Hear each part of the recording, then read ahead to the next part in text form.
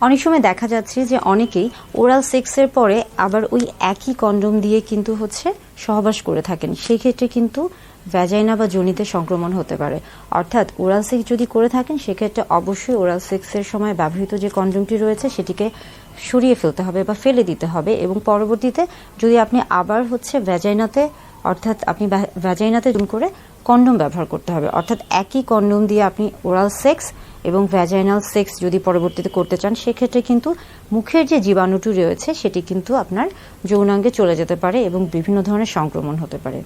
এবং প্রত্যেকবার সহবাসের ক্ষেত্রে সবসময় উচিত কন্ডোম ব্যবহার করা। এই ক্ষেত্রে যেমন একদিকে যেমন অনাকাঙ্ক্ষিত গর্ভধারণ রোধ হচ্ছে, অপরদিকে তেমনি বিভিন্ন ধরনের যৌনবাহিত রোগগুলো রয়েছে সেগুলো থেকেও কিন্তু আপনি নিজেকে প্রতিরোধ বা সুরক্ষিত রাখতে পারছেন।